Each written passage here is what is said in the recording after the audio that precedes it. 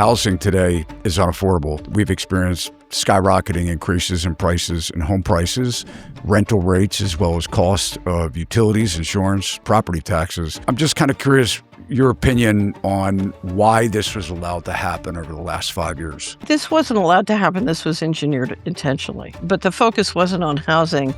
The focus was on consolidating economic and political control. There is an intentional effort, and part of that effort has been to engineer monetary policies and fiscal policies that dramatically consolidate wealth. What can they possibly do at this point to prevent home prices from declining?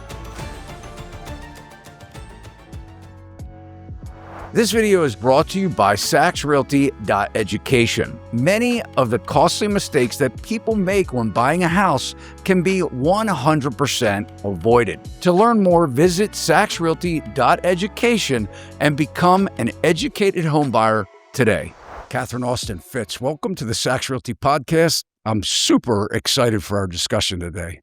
Well, I'm glad because you know a lot more about the housing market. I'm not current, is what I could say. I've certainly been involved in the housing market, but I'm not current. Well, you were appointed to Assistant Secretary of the Housing and Urban Development, as we know, HUD, under the George H.W. Bush administration. So I'm just kind of curious, how did you end up in that position? I will tell you the story, but it's a long story, and it's a pretty funny story. Let's have it. You really want the story? Okay. So, I was a partner at Dillon Read, which is an investment bank on Wall Street, and the chairman of the firm had gone in at the end of the Reagan administration to be Secretary of Treasury. It's very close to Bush, and they assumed that Bush was going to win, and so he continued as the Secretary of Treasury. So I got a phone call right after the election. I was hoping to go in. And right after the election, I got a call from somebody who worked in the White House personnel at the very senior level and said, "You're not going to believe this. Nick Brady was the name of the chairman of Dillon Read, who was Secretary of Treasury, just vetoed you. He blackballed you from working in the Bush administration." I said, "You're kidding me." I said, "Why?" He said, I don't know. He just blackballed you." So I was furious because I had had an offer from another firm to leave and take all the business with me to this other firm, but I didn't want to do that, and I'd promised Nick I wouldn't do that. So I picked up the phone and called, and his assistant was somebody who I knew well, and I said, "Gene, I don't care and I don't usually use these words, but I use a very bad word. I said, I don't care if he's the FN Secretary of the Treasury. You put him on the phone right now." So she said, "Oh dear." She never heard me use that word before. So she put him on, and I said, "Who do you think you are to blackball me from working in the Bush administration?" And he froze because, it was just like 30 minutes ago. And so the fact that I knew that quickly was frightening, I think, to him. And he said, "Well, I promised Ed Budd, who was the chairman of Travelers who bought our firm, that I wouldn't poach from the firm." And I said, "I have $1 million sign-up bonus offer to go to another firm, and if I don't come into the administration, I'm gonna have to take it." And he said, "Why can't you stay at Dillon Read?" And I said, "'Cause your successor, I have no life expectancy under your successor. I gotta go one way or the other." And he said, I'd never heard him use these words before. He said, "Oh, shit, what am I gonna do?" And I said, "You're not gonna do anything." I said, "Chicken Little is gonna fix this herself." Wow. So I picked up the phone, I called the guy back in White House personnel, I said, "Who in the cabinet hates Nick Brady?" He said, "Kemp. Kemp hates Nick Brady." I said, "Call Kemp and tell him, that Brady's blackballed me, but you think I'm a good egg, and would he give me an interview?" Okay. So I won't drag it out, but one thing led to another, and I interviewed with Kemp, and there'd been he had a guy for the position already, and the president had another guy for the position, but then a scandal broke out, and both of their people were implicated in the scandal. So they needed a sort of dark horse, person to come in. And so anyway, so I got a job offer, but then Brady put out, at that point I called Brady, I said, "I'm going to Kemp. I'm going to work at HUD." He said, "You can't go to HUD. Kemp's crazy. You just can't work for Kemp." And I said, "You left me no choice." So he agreed to put out the trial balloon. He puts out the trial balloon, and there's a group of people over at the Senate who are the Senate staff who have to confirm it's a Senate confirmation position, so so they're going over and they're going, "Fitz, Fitz," because they knew about the 2 people who'd been offered the position, one by the president, one by the secretary, but they didn't know who I was. Finally, one person said, "I know an attorney in Boston who's a housing, legal aid housing attorney. Maybe she knows this Fitz person." So they called my sister in Boston and said, do you know, C. Austin Fitz?" And she said, "Yeah, that's my sister." And they said, "Is it possible she's becoming the FHA commissioner?" She said, "No, it's impossible. She knows nothing about housing." And then she said, "Wait, wait, she raised a lot of money for George H.W. Bush. Could you get to be the FHA commissioner just by raising a whole bunch of money for Bush?" So for the first month I was in Washington, the guys over at the Senate, my nickname became the bimbo, right? Jeez. Anyway so that's how I got my job at it's a much longer story, and it's very funny. And one of the when I got the offer, we had to clear it with the president, and, Kemp's chief of staff called me and he said, "You're gonna have to square this with the president, we can't do it." And, anyway, so I had when Sununu, who was the chief of staff, had been running for Senate in the, from New Hampshire. He had come made a presentation at Dillon Read, and I'd been very impressed and given him what for me then was a huge donation. So I called the partner who'd introduced me to Sununu, who was in the energy group with me at Dillon Read, and I said, "Pat, I've got to get to Sununu and square this to get the offer, but he's the busiest man in town. I don't know." And he said, "Oh, I'll fix it with him." I said, "How can you possibly fix it with him?" He said, "He's staying at my house. We have milk and cookies every night, so I'll fix it with Sununu." Anyway, so it was one of those, all Washington stories are wild like that, but that's how I got the job at HUD, So was I got blackballed by Nick Brady. how did you get involved with the Bush campaign? I mean, you raising money for President Bush. I mean, how did that come about? So it started Ed Cox, who was Nixon's son-in-law and very involved he was an attorney in New York and very involved in politics. There was a club meeting, it was a Republican Party meeting, and I couldn't go, I was busy, I was working on a merger, and my husband went, and they needed speakers for in New York, there were just basically no Republican politicians at that time, and so there was a surrogate speaker bureau, so my husband nominated me for surrogate speaking. And that was in '84. I did surrogate speaking in '84, got to know all the Republicans and did it again in '88, and then was one of the alternate delegates at the convention. And it was funny because, one of my jobs was to go out and talk to people, I would literally go up to Harlem and make a speech and get the tomatoes thrown at me. And it was great, it was great training for public speaking because when you go into many different varied crowds and, some of which are very friendly and some of which are very hostile. You learn a lot about how to communicate and connect with people in a positive way. So, yeah. Yeah. So what was going on at HUD during that time? I mean, what did you discover that was happening in the department when you got there? So there'd been a huge, HUD had basically operated way outside of the laws related to both the issuance of credit and the subsidies, and so and they'd done it in a very sloppy way, and so by the time I got there, there was a huge scandal that had broken out. It was called the HUD scandal, and we ended up having to write, legislation. It's called the HUD Reform Act of 1989, and in the process, because I knew so much about credit and sort of financial markets, we took that and OMB there were great people at OMB at that time, and we rolled it up into a package that we took government-wide that became called credit reform and really instituted a lot of the financial management infrastructure, upgrades that happened at the government in that time, and what's interesting is if we just followed them, we wouldn't be anywhere near the pickle we were in. One of the things, my company, when I left HUD, got hired back later under the Democratic administration as financial advisor, and as a result, a lot of the reforms I'd been working on in the Bush administration, I helped those political appointees implement during the Clinton administration. And I then ended up in litigation, which forced me to look at a lot of the covert or sort of a lot of the fraud I'd cleaned up when I was both assistant secretary and contractor.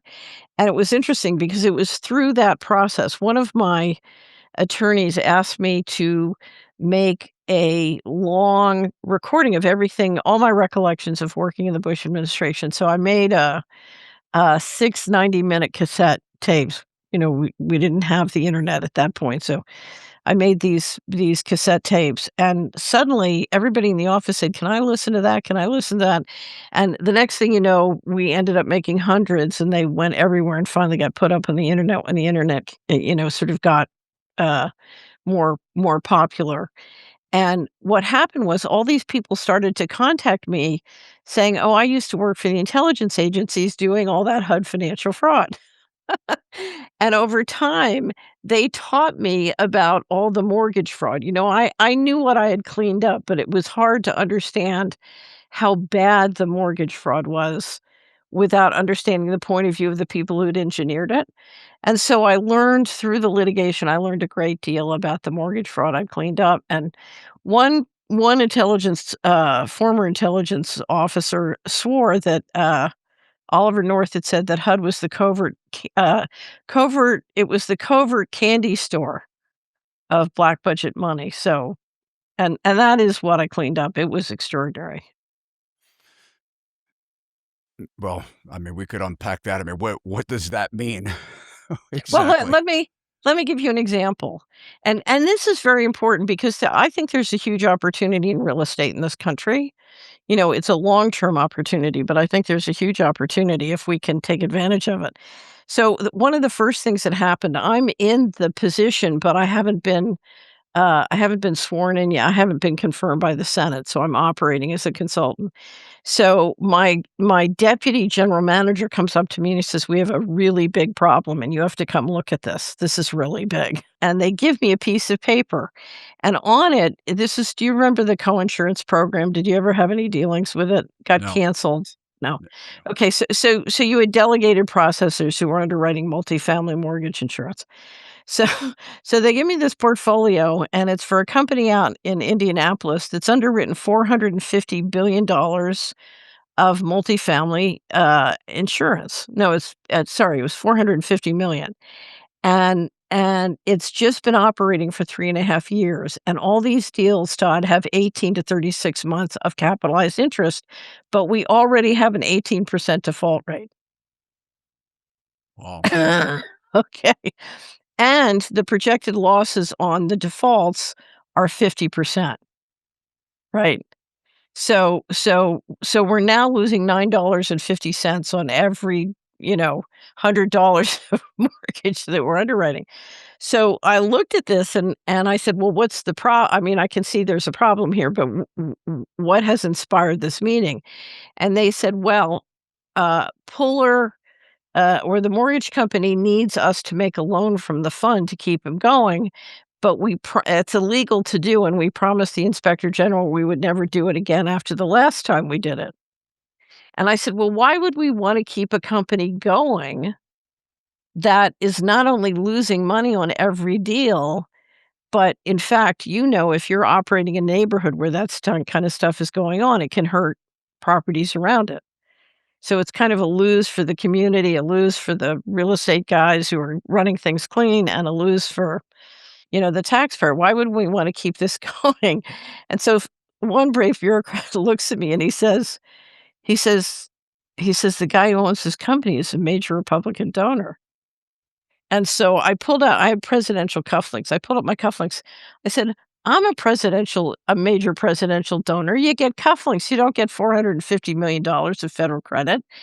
And 30 of the civil servants looked at me like I was a bimbo. It's like I had no understanding of how this works, and I just said, "Look, shut this down right now. We're not breaking the law."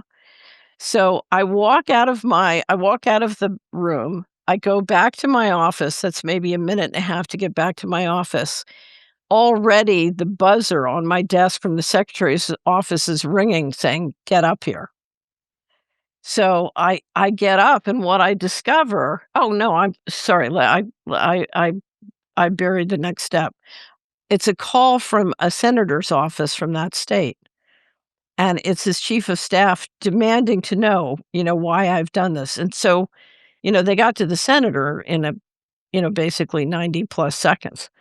So I took a deep breath and I was new to Washington, so this was a flyer. I took a deep breath and I said, "Sam, you don't know me, but I just left being a partner and member of the board of Dillon Read and Company. That's the firm that the Secretary of Treasury ran. And a lot of people think I'm in who's who in America and who's who in finance in the world.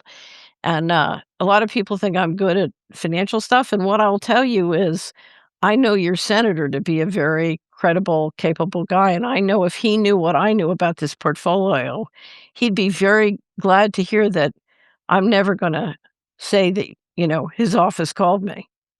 And I waited, and the guy said, "Oh, thank you." And then he hung up. Then literally 3 to 5 minutes later, I get a call from the secretary. I get called on the carpet upstairs and go through a similar conversation. So that was my first big decision as a assistant secretary of housing. Yeah, and a wake up of what was happening too. Well, here's why it matters. You know, a as you know, resources are limited. Resources are precious. And if you're using credit in a neighborhood in a way that's sloppy and causes a lot of defaults, you can mess up the market, right? Yes. So I remember driving through DC and looking at homes where the HUD Section 8 was paying $1,500 a month in rental subsidy, but the market properties next door were charging 750. Right, It's nuts. right. So what we saw through the federal government is a lot of money directed in ways for a variety of political reasons. And if you talk to the people who made those political decisions, some sound justifiable, some less so. But money was being steered politically in a way that wasted a huge amount of money. So let me give you, a story I tell often. I would regularly find communities where we were spending 250,000 per unit to build public housing, Hope 6 public housing projects, where 250 would buy and rehab, 3 to 5 properties in the FHA single family portfolio, right? So, anyway, you had a lot of waste and a lot of games going on, and, that can go on when you have the reserve currency and you can print money all over the world and get cheap labor and resources. But when that game slows down, as it's slowing down now, then those resources are real, and you can't afford that kind of corruption in those kinds of games. So, Hard to reel I it in. well, it was funny because what we were trying to do was stop what became the financial crisis in 2008, 2012. So what was happening was you were in my opinion, you were getting multiple mortgages on one house, and there was a lot of related mortgage fraud to the housing market. But I would try and warn people about it, and here's what happened to me. I was driving down the highway, um, about 2003, 2004, and I graduated from the University of Pennsylvania. My old roommate from the University of Pennsylvania called me, and she said, "Fitz, the Soprano TV show has done these incredible series on HUD fraud. Have you seen it?" And I said, "Yes, I think they did a very good job on HUD fraud." And it's the basic single family HUD fraud that was very popular in HUD and which in fact was instrumental in hurting my neighborhood when I was a kid, and one of the things that inspired me to start looking at money. Anyway, so she said, "I guess what you're saying is true." And I said, "So I've been saying this for years, trying to stop the mortgage fraud, but you didn't believe me even though I'm a former partner and member of the board of Dillon Read and a former assistant secretary of housing and a former lead financial advisor to the Department of Housing and Urban Development. But now you believe me because it was on the Soprano TV show." And she said, "Yeah, that's right." And I said, "So in America, fiction is fact and fact is fiction. Is that how it works?" And she said, "That's right." So what about when you went to HUD? HUD, their reputation was sort of tarnished after the aftermath of the saving and loan crisis. Can you tell us what was happening? I mean, what was the savings and loan crisis all about, and why did HUD? Why was their reputation tarnished because of it? So, in fact, when I told Nick Brady, when, I came back to him, I said, "Okay, I'm going to HUD." He said, "You can't go to HUD. HUD's a sewer." So that came from 2 basic flows.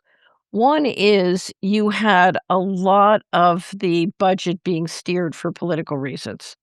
So you'd have a mod rehab grant that wasn't run, that wasn't awarded according to the contest, it was awarded for political reasons, okay?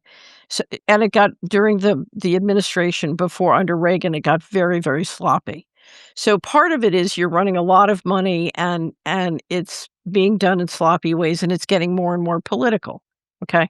That's one part, but the other part is, in my opinion, you have the intelligence agencies financing a lot of money out the back door with these covert deals. So I think one of the things that happened, you're financing a project, you offer to do a rehab on a project and then, part or all of the money goes for whatever the covert deal is instead of for really rehabbing the project. And then the project defaults on the mortgage and the mortgage just sits at HUD. So I think when Oliver North when that intelligence officer said Oliver North said HUD was the candy store of covert revenues, I think that based on what I cleaned up, that was true. And I'll never forget, we were doing mortgage auctions.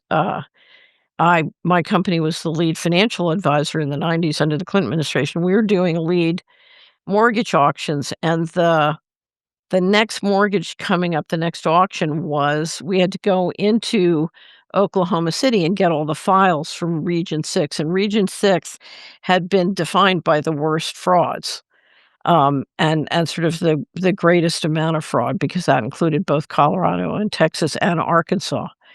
And I remember being very worried thinking, "Uh-oh, what are in those files that might be politically sensitive?" But we never got the files because right before we were supposed to go in and get them, or the due diligence contractor was supposed to go get them, they blew up in the Murrah building. Well, So I'm always telling people, you don't wanna work in a building where there are a lot of files involving mortgage fraud because they tend to blow up. my goodness. Right. So what did you spend your days doing at HUD? And what was your primary function? So the FHA commissioner is responsible for what were then 4 mortgage, insurance funds. So the single family fund, I'm sure Saks Realty has dealt with FHA. Of course. In single family, I don't know if you've dealt with them in multifamily. Not me personally so much, no. Right. Right. It was 4 funds, it's now down to 2 funds, and essentially at that time, the 2 big ones were the Mutual Mortgage Insurance Fund, which is a mutual, and that finances single family, and it's credit that enables those single family deals to be done or done at a lower cost. So it was more the moderate, to low income markets with Freddie and Fannie providing liquidity at the higher ends. And the important thing to understand about the MMI fund is that it's supposed to be run on a self-supporting basis. So the premiums that you charge minus your foreclosures, your defaults, and your operating expenses, it's supposed to cover all your costs, and if there's any profit on a book of business at that point, it was supposed to go back as a mutual to the holders. And then the general funded multifamily that was not expected to be self-supporting, as well as hospitals, nursing homes, other high-risk stuff. And essentially, the way the general fund was constructed was, at the end of the year, you just counted up how much money you lost and then asked Congress to write a check for that amount, and that's how so many shenanigans could go on in that fund. And my focus when I first got there were several focus. One of my focuses was to make sure that the MMI fund was in compliance with the law, to make sure we were operating on a self-supporting basis. And that was a challenge because when I first got there, nobody could give me the financials. So I so you do a budget at the beginning of the year, and that's your projection of what you're gonna do, and then you do a financials that says, "Here's how we did." So when I first got there, I called in the budget officer and I said, "Let me see the budget." And if you look at the budget with what's called the budget justifications, Todd, they literally go up to the ceiling, almost to the ceiling, and so I'm a speed reader, and I read it, like, 4 times over the weekend, and I called the budget officer back on Monday, I said, "I can't find anywhere here where he says if we're making or losing money." And he said, "Well, that's not in the budget." I said, "Well, where is it?" He says, "That's in the financial accounts." And I said, "Well, give me the name and telephone number for the accountants." And he said, "Oh, they report to a different assistant secretary, and you're not allowed to talk to them." I said, "How am I supposed to run this on a self-supporting basis without the financials?" So to make a long story short, as I said, I had raised a lot of money for George H.W. Bush, and what I got was a pair of presidential cufflinks, and the accountants moved over to report to me. So I had some great deputies, and we just lobbied the White House and OMB like crazy. So we got the accountants moved over. And so I called them in the first day after I finally got them reporting to me, and they said, "We don't have financial statements." And I said, "Well, we mail checks out, we have zip codes, we have, anyway, long story short, I get rudimentary financials and then I ask for said, all real estate's local, so I need this by place. I need to see it. We have 80 field offices and 10 regions at that time. It's changed since then. But I said, I need to see this by region and by field office. And they said, we don't, keep place-based data. So I said, okay, we have zip codes, we mail out checks, give me an estimation. And here's what was amazing because they had one actuary, and he's telling me a national number that's like, it's like a Cuisinart schmush statistically. It doesn't it's a set of numbers that doesn't fit any one of the 80 places where we have field. Do you know what I mean? Yeah. It doesn't because again, real estate is local. So, anyway, so I get in these numbers, it turns out we're making money in 8 regions and losing more than that in 2 regions. So, I called one of them was Region 6, which is Arkansas and Texas, so you had the Bushes and the Clintons all in one region. So, I I I called our one of our best regional directors was in Region 6, so I called him and I said, I now have the financials. I've been trying to get these for months. Guess how much money you lost in Region 6 last year?" And he said, "Oh, I think we probably broke even." I said, "No, you lost $1.2 billion in the MMI and the general fund." I said, "I'm faxing these numbers down and I'm flying down tomorrow." So we talk about how, because this is when you're losing money in the MMI fund, you're breaking the law. And under the FHA law, the FHA commissioner has sole fiduciary obligations, so it's my obligation to make sure this isn't happening. Here's what the beauty of this was. By the time I got down to Fort Worth, the office at that time was in Fort Worth, he had called everybody in from the field offices, they'd gone into the smoke-filled room, they'd figured it all out, and they knew exactly what to do. They just needed the numbers. Wow. Yeah. So the Secretary of HUD back then, Jack Kemp, how was your relationship with him? Terrible. And it was funny because I just saw his son in Washington. I was at a meeting with his son, and we had a great chat about it, but Kemp Kemp was, um Kemp was a congressman who and he was used to moving quickly. He's a very entrepreneurial kinda guy, and he found the bureaucracy very frustrating. You see this also in the current administration, and he didn't wanna take the time to sort of master how you do that. And he felt uh, he felt very conflicted between both the law and then politics.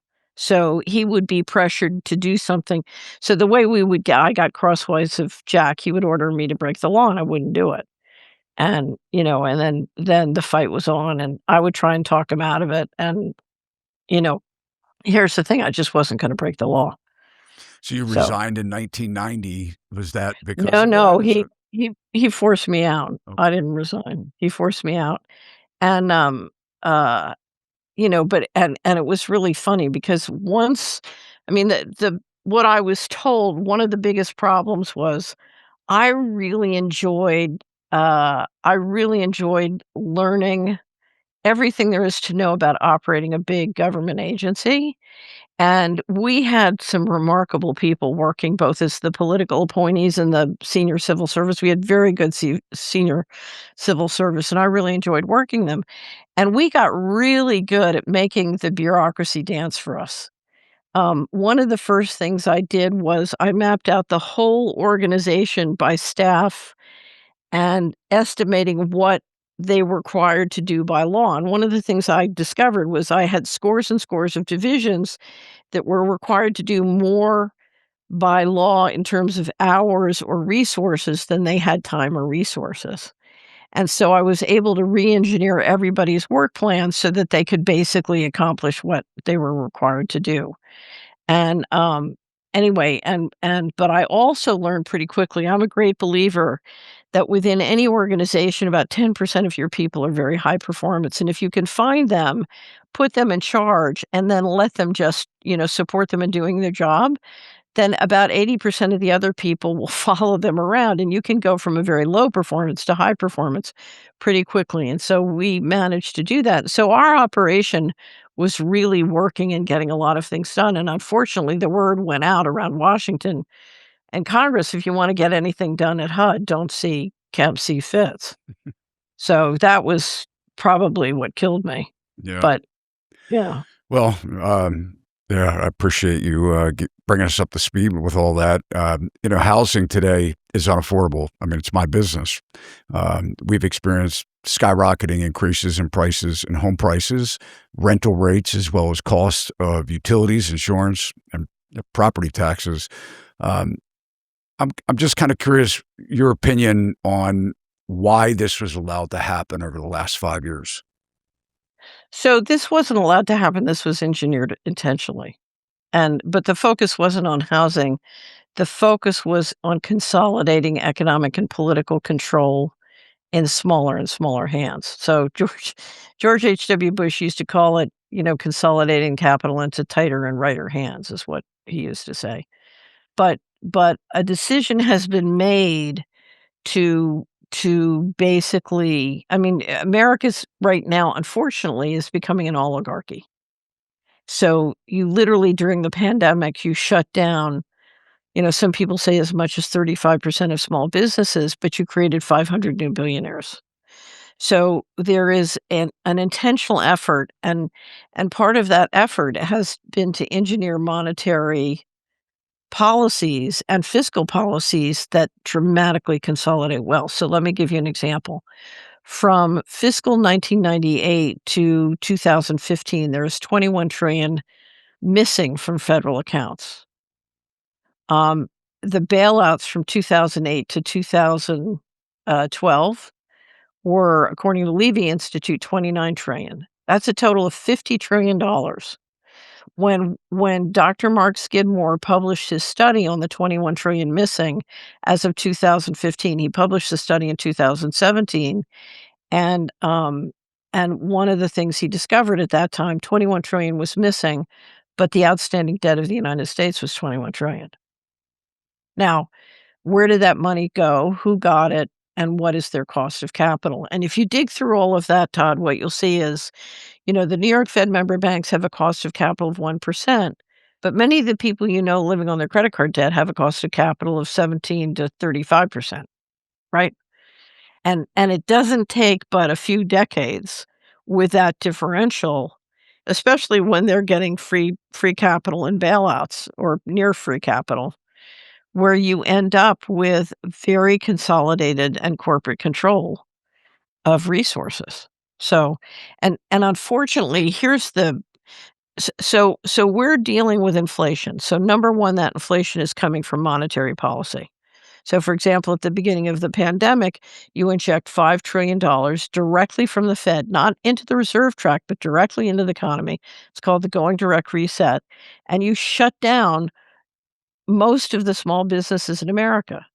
Wall Street now has $5 trillion to go shopping, and Wall Street, Main Street is squeezed because their businesses are shut down or restricted, right? So, those kinds of that's an incredible arbitrage where the publicly traded companies get to suck up huge amounts of market share out of small business and do it essentially for free. They don't have to buy the market. They can just suck it up thanks to health policy. Okay. So you've had a combination of monetary and fiscal policy which has dramatically consolidated things. Now it's being exacerbated now by something new, and you see it when you see the trade wars start. And that is for many, many years, we operated in the Bretton Woods system globally. And in the Bretton Woods system, we, basically the US said, we're going to run a global open trade model where people can trade anywhere in the world. And so I can outsource all my manufacturing to Asia. And if I need anything from Asia, I can just raise the price and buy it because it's an open model and financial liquidity, solves physical scarcity. The problem is when you become non-resilient or you lose your skills and ability in all sorts of areas which are critical to operating a sophisticated industrialized country with a large military, when you outsource all of that, but then the open trade model breaks down and you start having trade wars and even more geopolitical tensions with other parties, you now wake up and find yourself deeply, economically and physically dependent on your enemy, right? So now we need rare earth minerals from China. We need silver, but they need silver too. Now we're having a squabble in the silver market, which has always had a very high leverage of paper to real assets. But Asia wants real assets, and the industrial guys who are making solar panels and electric cars and data centers, they want real silver. They need real silver to right? And so now you're seeing a real short squeeze in the silver market, and the silver market, the price is skyrocketing. So you're seeing real increases in the real cost of goods. Now, have you ever looked at the Chapman Index? Mm, Chapwood. Chapwood Index. Okay. no. The Chapwood Index is run by a wonderful investment advisor from Chicago, and his mom got squeezed by inflation as she grew older. And he decided to create a website that would show you what is now the cost of goods for a basket of 500 household goods in the 50 largest metropolitan areas. And what he's saying is that is the real increase in cost of goods in American cities. And what you see for the last 10 to 15 years is the real rate of inflation has been astonishing. So you've got this vise between fiscal policy and monetary policy. Um, Part of what we did with the outsourcing to Asia is we outsourced labor to Asia, and labor has nowhere near kept up with real inflation over the last 2 decades. Right. So what kept inflation down was deflating labor, but that made it harder for people, to keep up with inflation. So prices are going up and incomes are not keeping up with the increase in cost of goods sold, and you're in a vise between fiscal policy and monetary policy, and of course, you see it in the housing market. And, and then, of course, you have very lax immigration policies, so the population is rising. Anyway, so it's a perfect storm, but I have to tell you, I think it's a perfect storm that was engineered. One of the things I would say is if you wanna have a healthy market, just re-engineer your educational system to teach everybody by the time they leave high school to know how to build a house. It's not that hard to do, as you know, especially now with all the new tools. Yeah, well, it's not that hard to do, but there's a lot of regulations that make that hard to do. And I mean, I built houses and I've been in construction my entire career, 35 plus years. Right. And, I know as a builder, there are a lot of costs that go in. I mean, here in Baltimore County, where I am today, it's $6 now a square foot impact fee to build a house, and you have water and sewer hookups, or if now you have a lot of stormwater management costs that go into it, a lot of soft goods to build a house. In fact, I think that's one of the reasons why the builders have been catering to wealthy people by building these McMansions across the country, is because of the costs that are involved, the red tape costs that are involved before you could stick a shovel in the ground. So, well, where does that? I mean,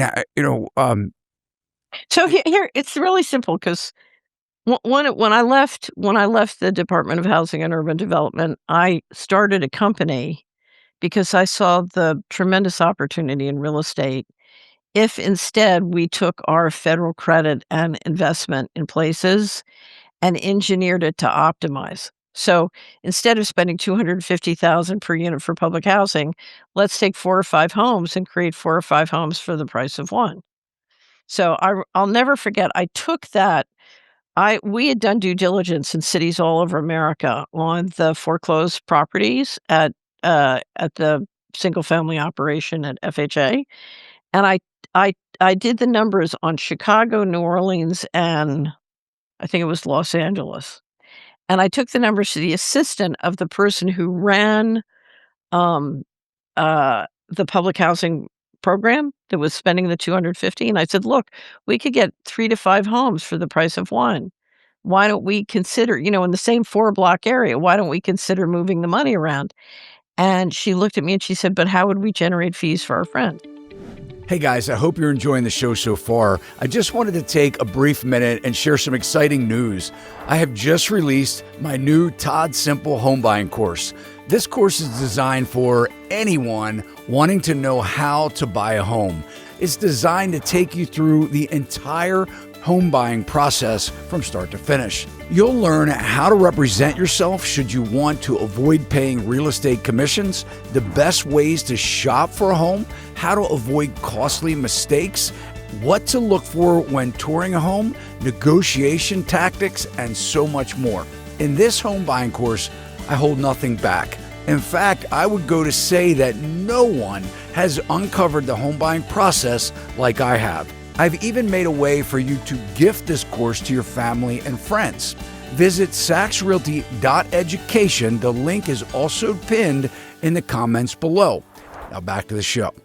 So what I will tell you is that if we were free, especially given all the blessings of new technology allows you to, to deal with a whole wealth of complexity and in new and low-cost ways now.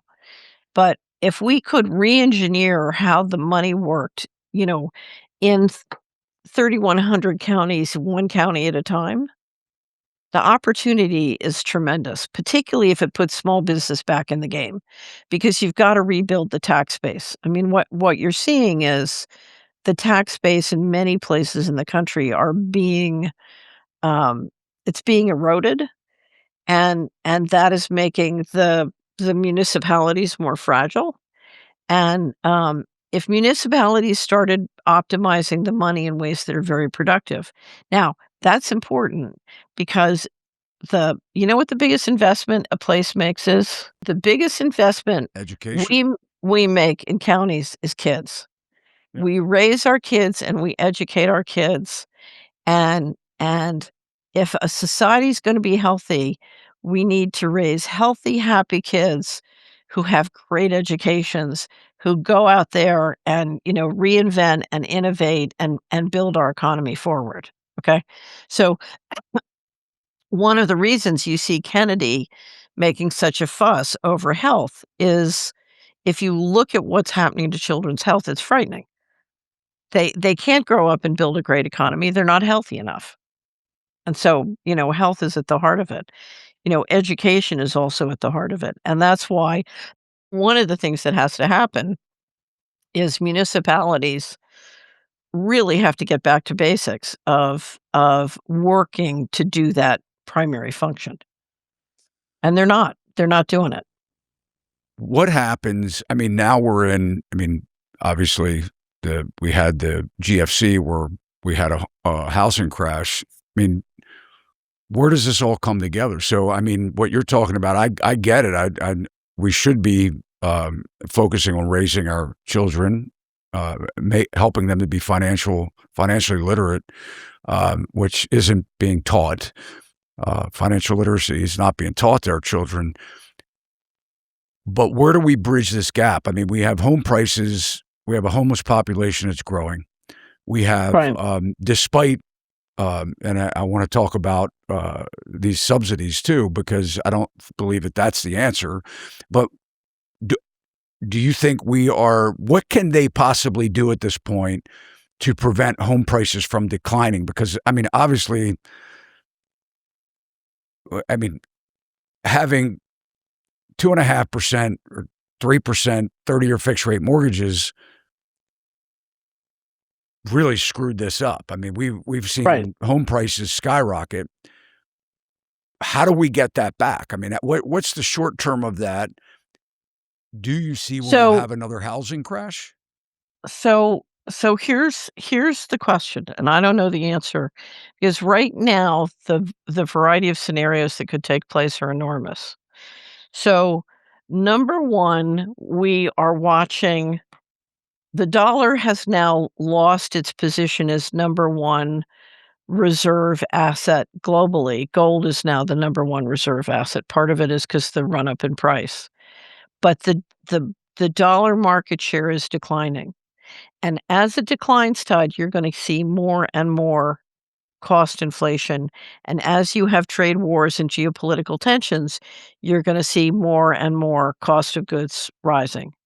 So if you look at the fundamental nature of the change in the global system, it's flashing a big red sign of inflation, okay? Now, that's one trend. Another trend is you have tremendous potential automation coming up with robotics, with software. AI is designed much more for control than productivity of companies, but and AI is the big excuse, but automation is very real. And that has the potential to wipe out or lower the income for many, many families, which is very deflationary, but it certainly doesn't solve the housing crisis. The other thing is you have a much higher uh you have a real rise in all-cause mortality that's happening right now. And so you're going to have a lot of boomers transferring homes. And my question is that transfer gonna help the market? Because the first-time home buyer may not want those homes. They may be looking for something very Uh, different. Yeah, most of them are too big, and because the boomers have a bulk of the wealth. I mean, not every boomer. I mean, there's certainly people that are struggling in their homes right now. Gen Xers, boomers, some of the silent generation that's still out there. I mean, they're getting crushed with a home that they've had to go into a reverse mortgage to live, or they're struggling to pay their property taxes. So I don't want to Right. blanket treat and say it's the entire boomer demographic. However, I believe that they hold a bulk of the wealth, and a lot of this wealth is in their real estate. And Right. a lot of people depend on their real estate for end of life as well, because they go into these. What's the first thing that happens when they go into a nursing facility? They take their house because of the equity in the house to pay for it. So if equity is stripped away, if we see some kind of price correction, price crash, whatever you want to call it, in real estate and housing, that is gonna wipe out a lot of the wealth of people that are gonna Right. need it Right. at this time of their life. Right. So then one other factor that's gonna impact in some markets, not all, is what will be the immigration of high net worth individuals into America, who would be looking to buy land and real estate. So, How does that help the ones that are wanting to buy it now that live here and, it's not gonna help. It's not gonna help. So, I think the number one problem with affording real estate is you can't solve it on the housing. You have to solve it by making sure people can generate income and stay ahead of inflation with the income they can generate. And that's very hard to do because it requires a long-term solution. So let me give you an example. Uh, Kemp called me into his office once and he said, "How do we solve this problem?" And I said, "Jack, there's only one way to solve this problem. You gotta raise each child right, one child at a time." He said, "That takes too long. I need something faster." And I've been hearing my whole life that we need something faster. Well, mom and dad are working, at least, each has one job, and some of the parents have multiple jobs. So, I mean, it's kinda, it's that Right. situation that who's raising the kids in the first place would be my Well, question. unfortunately, it's time to turn off the TV and the smartphone because unfortunately, the smartphone and the TV are doing too much of that, and that is taking it the other way badly. Back in, President Trump's first term, the Secretary of HUD was Dr. Carson, and he's a Maryland guy. He was a neurosurgeon here, locally, and I can remember, I had interviewed, the director of Baltimore County Housing Choice Voucher Program, Marcia Parham Green, interviewed her several years ago, and while Dr. Carson was Secretary of HUD, and, we were talking about, and by the way, that used to be Section 8. They used to call it Section 8. Right. I remember in our conversation, we were talking about there was a lot of spending cuts that was, being done at that time. And, back then, I don't know what it is now, but if you wanted to get on the Housing Choice Voucher Program and you didn't have VA benefits, Marcia said that there was a 25-year backlog. I mean, for people that really needed some assistance. I think, the welfare system, obviously, I don't know what happened with that, but I do believe that at certain times of people's lives, and there are times of need where you need assistance and Right. to get through that whatever life event, but not that that continues for 25 years or that you stay on it forever. I do believe there needs to be some kind of a path to not being reliant on these subsidies, but a lot of them were being cut. And I know you had lived in Tennessee. There was an article recently, a couple days ago, in the Tennessean that said President Donald Trump is unilaterally attempting a 180-degree shift away from permanent housing solutions within the Department of Housing and Urban Development, HUD, a major federal agency that provides life-sustaining support to millions of Americans, and effectively blocking almost $4 billion in aid. I mean, no one knows this. I mean, I know you were in HUD. It has been a while ago, but still, I think you understand this. Do you think that housing assistance is being abused? Should there be an overhaul of that? So here's what I believe is probably happening. So I'm gonna step back first and tell you a story. Um, when Dr. Carson got appointed as Secretary of HUD, I got in a Twitter war with Michael Moore, who was saying, that it was an outrageous appointment. He had no business being Secretary of HUD. And I said I thought he'd make a great Secretary of HUD. And Moore came back and he said, "Name me one qualification Carson has to be Secretary of HUD." And I said, "He knows how to rise."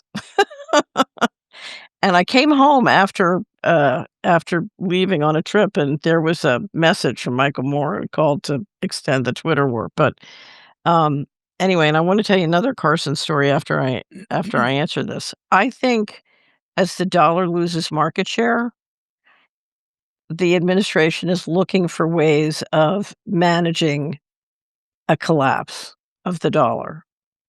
And they're going to it's like a body in trauma, you pull blood from the toes and you take it to the heart and lungs. So he's looking to double the military budget because he needs force to make sure that they have self-sufficiency and resources that they don't have now. He's trying to get that, so I think that's why he's doing it.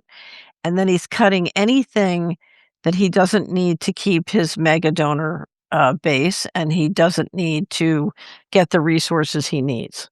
So he's gonna start slashing social safety nets. So if you look at the slashing of assistance to he did it to 5 Democratic states. that's looking like it's political, and in one sense it is, but I think he's slashing because he's trying to manage the collapse. So, and he's gonna keep that's gonna keep happening one way or the other. Now, um, here's what I think it's really, and anybody listening to this who's dependent on federal money, you need to know whether it's the purchasing power of that federal money gets cut by inflation or something happens that it just gets cut or held up or whatever. Government money is gonna get federal government money is get more and more problematic as we continue into this change. And if you look at all the problems we had on money disappearing from the federal budget, we've known that the federal government is operating way outside the financial management laws, breaking the law, huge amounts of money going missing. I call it a financial coup, but now the chickens are coming home to roost and you're gonna start feeling it. They don't need to buy off the population by throwing money at them. Now they're gonna start cutting.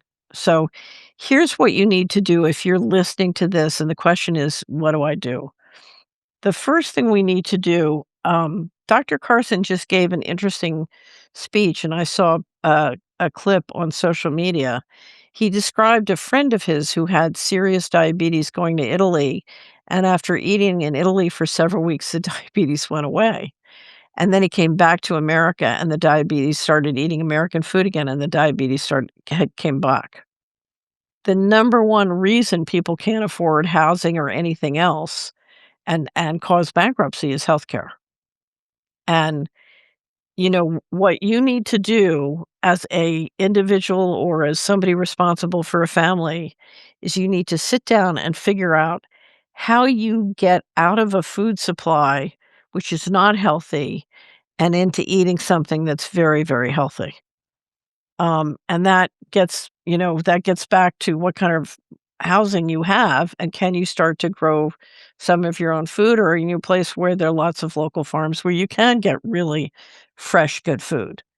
And then you've got to start taking much more care of your health. I was just on a program with somebody where they're talking about a very good friend of theirs had given up on their healthcare insurance, gone into a group plan where you sort of underwrite each other paying 300 and spent the other $1,000 a month instead of on insurance on getting really healthy food and taking proper care of themselves. But we're all going to have to start, becoming our own doctor and doing much more for themselves. When I litigated with the federal government, I couldn't go to doctors or hospitals. I didn't have the money and there were political issues, and so I just had to learn to be my own doctor, and I have to tell you, Todd, I have tried every old-timey recipe I think there is.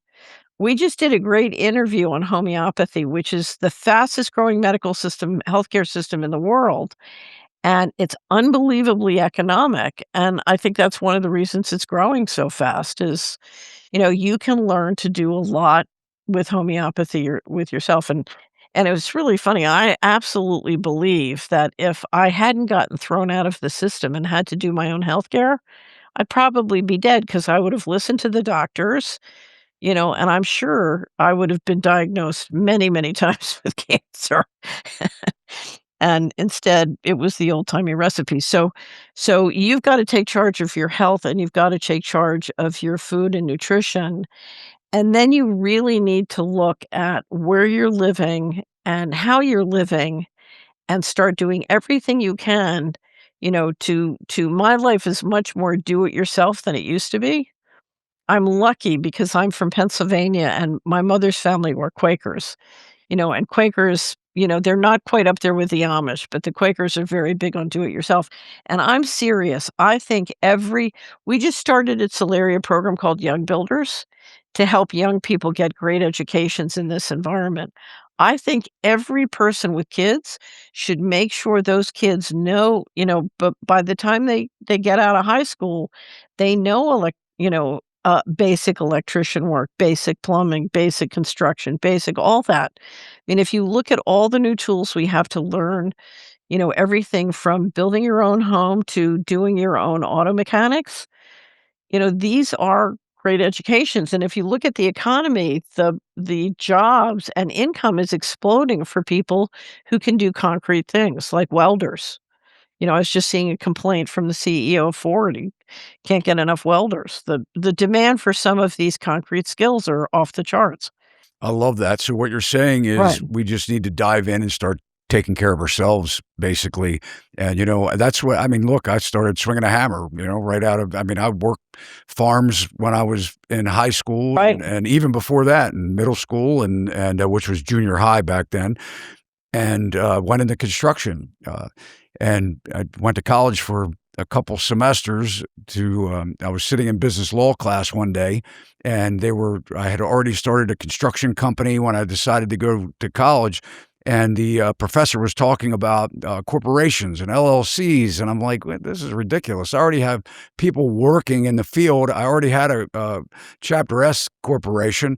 Like, I don't need this stuff." I went out to lunch with a buddy of mine, a classmate, and I never went back. And a couple of months later, my mom said to me, "Are you still going to college?" And I said, "No, I'm not." No. And I'm not saying that formal education's bad, believe me, but No, no, no, but, if you can get it in 3 hours on YouTube University and having lunch with someone, why sit in a classroom for yeah, I'm with you. and So and we have to dramatically up our learning speeds, right?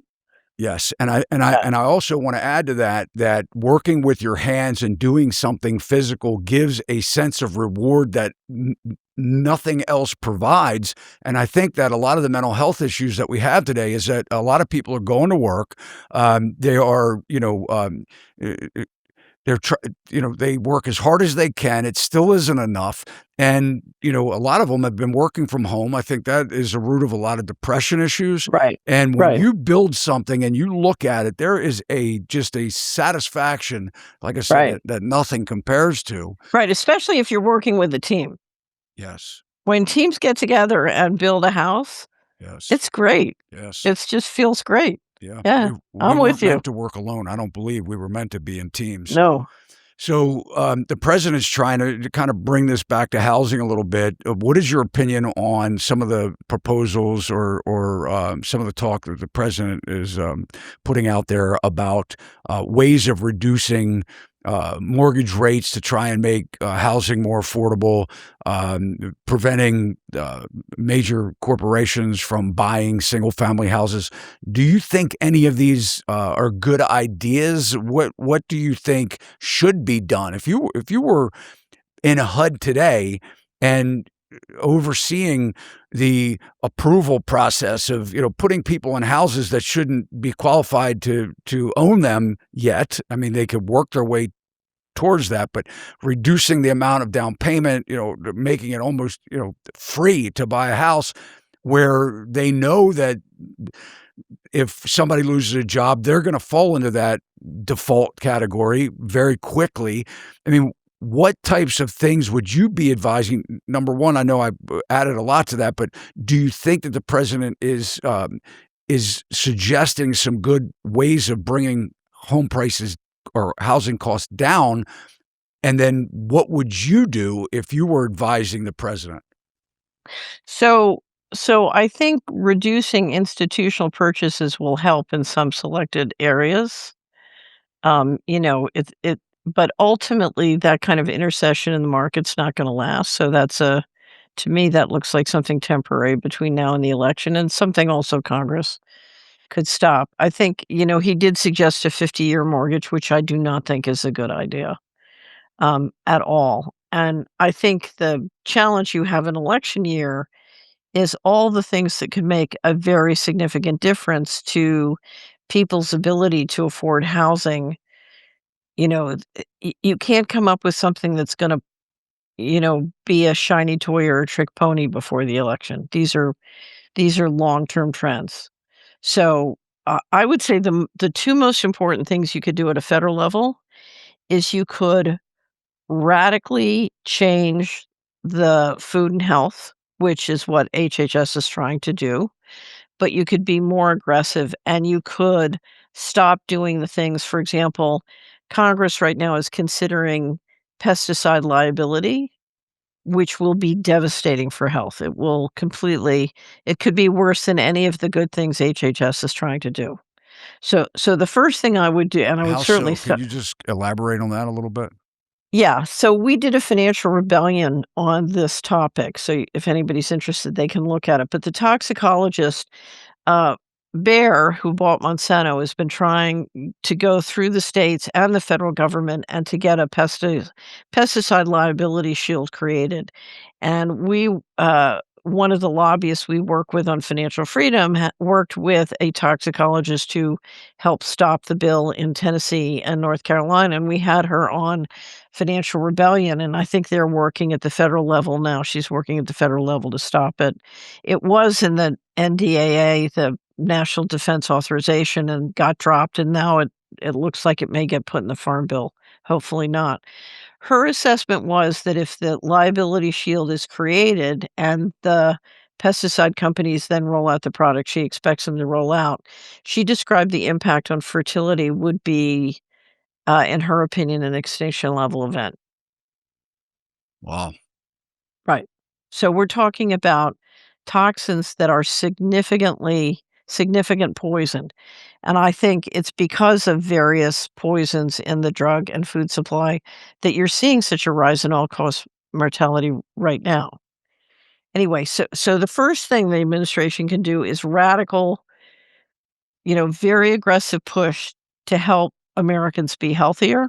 So what the HHS is doing, but then the second thing they could do is, do very radical things to protect financial freedom and to change education. So you have a Secretary of Education who's working very hard on sort of delegating more to the states. But if you look at the education you get coming through high school and then coming through college, it's not an education relevant to where we're going or where we are. I mean, if you look at, I'm trying to remember, is it Mike Gibbs does a great job of describing, how many welders we need, how many electricians we need. We need all these people in the real economy, doing mining, doing refining rare earth minerals, building this and that. And our educational institutions are not creating people who are appropriate, to the new world. I told you we started this Young Builders course, and we're hoping it ultimately to grow it into eventually a university. We'll see how it goes. But Wow. the reason we started it, Todd, was everywhere I went with my subscribers, they're saying, I'm sick of paying $250,000 to $500,000 to send my kids to expensive colleges and they come back knowing nothing. And They can't get a they job. Well, not only can they not get a job, they can't be great at doing a job. There are lots of job openings, but they're not qualified to do them or they're not interested in doing them. There is a huge mismatch. And if you look at what the new technologies and the new skills make possible in terms of, I hate to say when it comes to innovation and technology, China is kicking our butt. They are just kicking our butt, and part of it is our educational institutions aren't creating. First of all, we're creating, not enough engineers and too many lawyers. But second of all, it's not matching the kids up with how to be successful in the future. That's why we've got this Young Builders course. So so so I think in health and in education, and in financial freedom, my greatest concern, uh, we have at the Solari Report, we do a collection on, sort of what's happening in the Trump administration on financial freedom, and unfortunately, I think the administration is going the opposite direction, and if you look at some of the things they're now doing with enforcement across the country, they're sending the wrong signal. They're not sending a signal, that all the things that have made us great are gonna be there for kids in the future. I think it's very negative message to send. The last thing I would say is, and the president could certainly encourage people to do this. I was at the Biltmore at a private credit conference a couple months ago and saw a great presentation by a young man who is he has one of the top podcasts in business, with Scott Calloway in, his name is Ed, can't remember, but with Scott Galloway, who's a venture capitalist and professor at NYU, and he said, "My generation," he said, "I'm Gen Z," and most of the audience was boomers and probably Gen X, and he said, "My generation spends 106 hours sleeping." If you I'm sorry, 100 if you take our 365 days and you look at how we spend our time, we spend 106 days sleeping and 108 9 days looking at a screen. And he said, "We have 40% less time for real life than you." Interesting. And yeah, so I one of the things I would say to all the kids in the Maryland is throw your smartphone in the Potomac and start, get a hammer and have Todd show you how to build a house. I love that. It's I am seeing a movement of what talking to a lot of young people where they are starting to fast, fast social media, and they're taking these apps off of their phone because I think Great. a lot of them are waking up to the fact that they're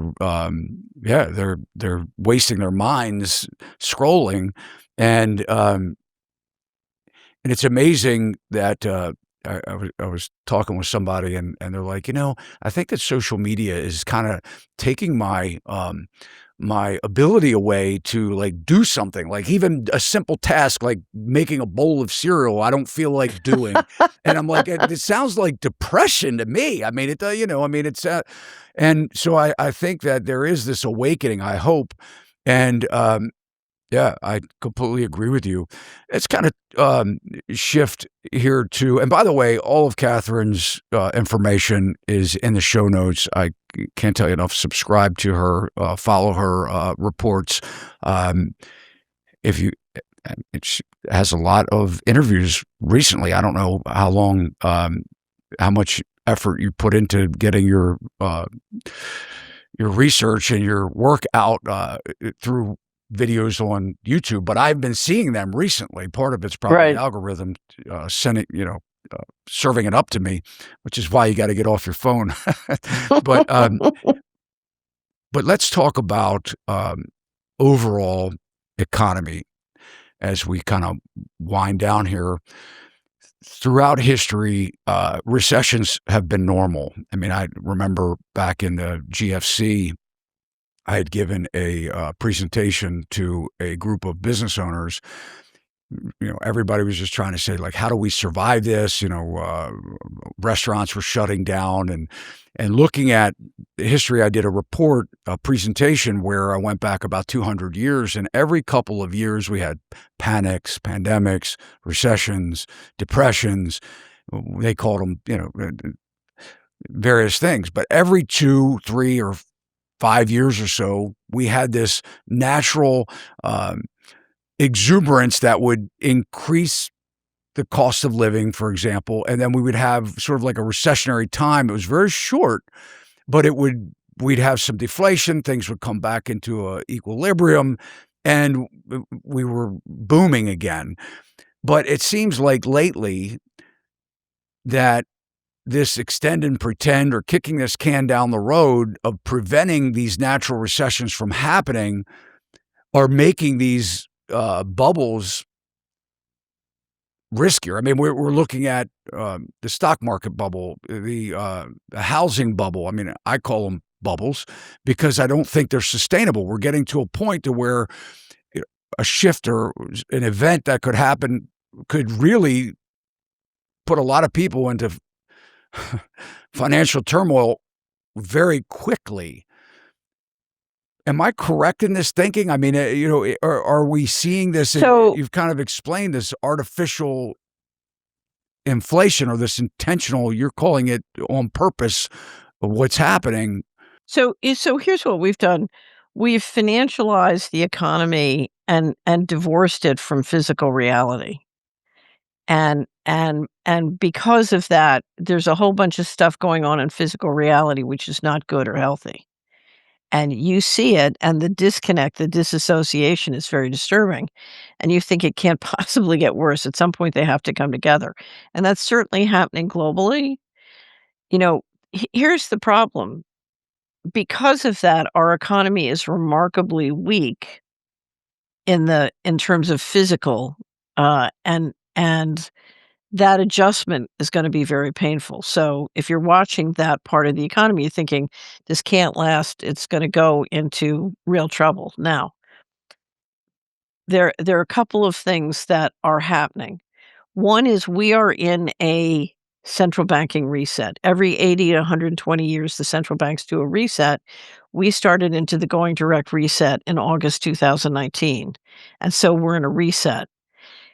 If you look at this reset is different than the last 5 resets, the last 500 years.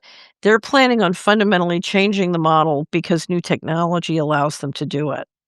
So if they come out with CBDC or stable coins with programmable money, they're gonna end currency and go into a financial transaction control model. And that's a coup d'état. That's not a recession. That's a fundamental change in how the government works. You are deleting the Constitution and you're moving people into a society where you have complete control. Now, presumably, if you do that, you can also bring out lots of new technology because you have the control to risk manage it. But we're not talking about an economic adjustment. Now, part of that reset is they want to bring out programmable money in the form of stable coins and asset tokens. And one of the things I would encourage you to do is the Congress passed the Genius Act. There's a lot on the Genius Act, and we have a briefing on stable coins. That's a regulatory framework for stablecoins. They're working now on what is in the House is the Clarity Act and what is in the Senate, the Responsible Financial Innovation Act, and that oversees asset tokens. Presumably, they're hoping to pass that by the end of the month, and the president signs it into law in the first quarter. If you think the bubble's bad now, if they do what they say they're going to do with asset tokens and stablecoins, we're not even halfway up the bubble curve. We're talking about a much bigger bubble than most people can dream of if it works. I'm not saying it works. I hope it doesn't work. But we're also talking about putting a model where you end the United States as a republic and move it, literally into an oligarchy. How long do So you think that would take? they want to have it done, it appears, by 2030. But I will tell you, the digital ID, which had been mandated in DC, in UK, just got canceled. Starmer got his head handed to him, and the British people said, "We are not going into a slavery system, and we're going to have to do the same here." So either we fight for Describe the what we dig have. I'm sorry to interrupt you. Can Yeah, you just describe the digital ID? sure. If you there are 3 parts to a digital control system. The first is a digital ID because I have to make sure Todd's Todd, Catherine's Catherine, and I can organize all their data around a very high quality interoperable system.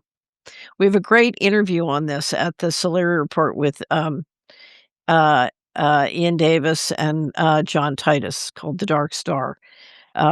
Anyway, so the first part is a digital ID. The second is programmable money. Okay. Programmable money says, um, unless you are good in certain way, or let's say there's a pandemic. If I say, okay, everybody's locked down, they can't leave their home, then your money won't work if you leave your home. It's digital in an all digital money system. It's programmed. If I say for your health plan, you can't have pizza, then your money won't buy pizza. Right? And what it does is it gives right now in the United States, the bankers control the monetary policy and the people's representatives control the legislative policy. So we have taxation with representation. What we're talking about is programming money so that the bankers can set the rules, whether laws or regulations, and they can enforce them through the money and they can get rid of the legislature and have taxation without representation. They can just decide how much taxes you pay and take it out of your account. They can freeze your account if you're not good. You know, they can shut you out of the system if they want to. So and they could do it all. The primary goal of the AI data centers is if you wanna run spatial control of movements with driverless cars or with people driving you just wanna control, and you wanna have programmable money, you need to collect and manage awesome amounts of datas because you're creating, millions of complex rules and tracking people and surveilling them.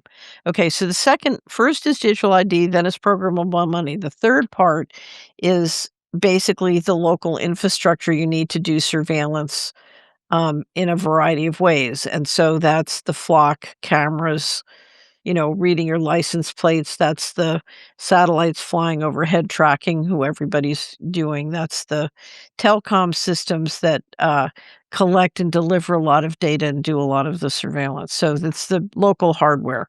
And you're seeing pushback all around the country as people start to realize, wait a minute, why should I pay for my municipality to track my license plate? My tax money, I'd rather see my tax money go to great education to teach my kids how to be successful.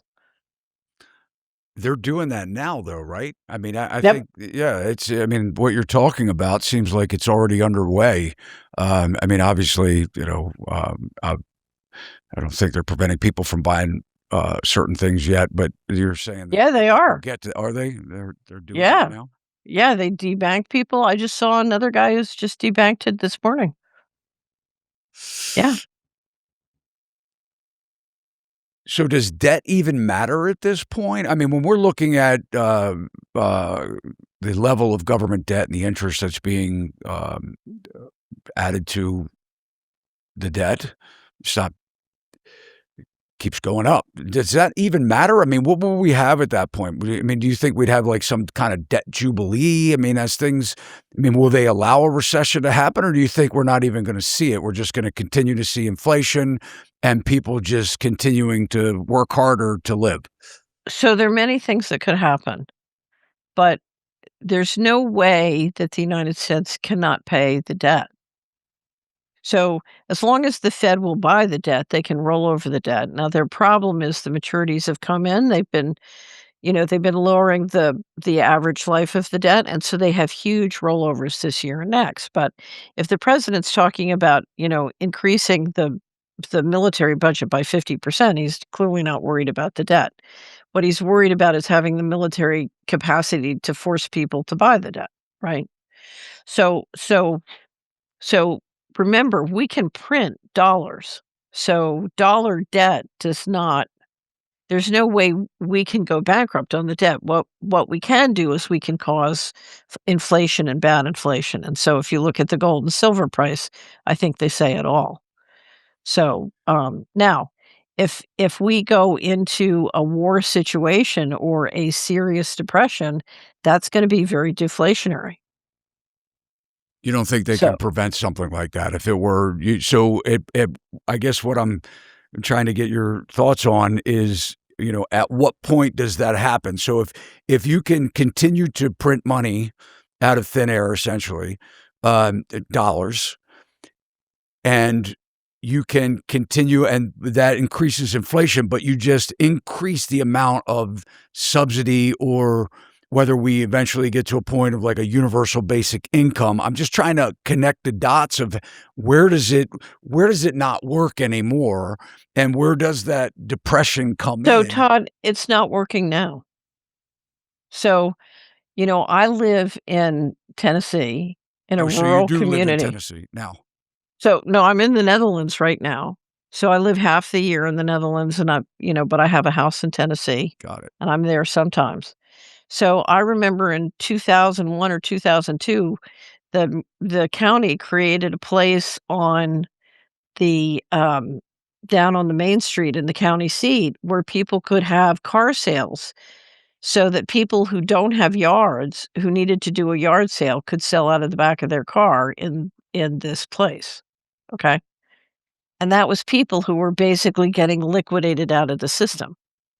So if you look at where the president said he's gonna cut, you know, he's what we're saying as a political matter is because some people we allowed fraud by some people, we're gonna cut subsidy to all the people who weren't committing fraud. not very logical, but, it's a political action. What's gonna happen to all those people? I've seen most of my travel in the United States for the last 20 years has been by car. I've driven hundreds of thousands, if not millions of miles all over the country, and what I can tell you, people have been falling through the cracks now for decades. So if you look at the liquidation of the population, we are in a great poisoning, and part of that poisoning comes from the stress of, people falling down the economic ladder. It's happening all across the country. So, this has been ongoing, and it's gonna accelerate, Yeah. right? And so your job as whether you're an entrepreneur or the head of a family is, how do you jump the curve on this? How do you succeed in this environment? Because as you said, if you go back the last 100 years, these kinds of things have been going on for hundreds of years. This is not new. So the question is, how do you and I would say the thing you need to focus on is resiliency. We just published a new version of something we've been publishing, every year since 2004 called Coming Clean. And it's basically, it's in a PDF, so you can go, just do a search on Solari for Coming Clean. You can download or print out the PDF, or if you wanna buy hard copies, you can buy hard copies at the store, but you don't need to, you can just print it out. And it basically gives you a whole series of areas of where you can change how you're operating to build much more success and resiliency in your life in this environment and the way it is.